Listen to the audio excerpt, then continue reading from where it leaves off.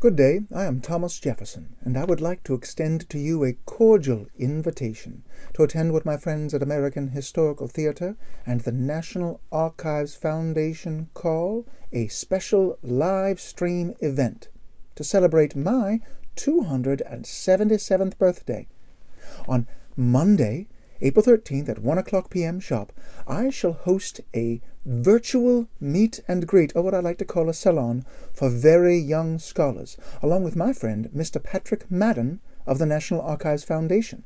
In addition to reading to you some of my favorite childhood stories from Aesop's fables, I shall share some of my other interests, such as secret code devices, ancient animal bones, my drawings of buildings, the Lewis and Clark exploration. Oh, there is so much to talk about. I will also save time to answer your questions about my life and times.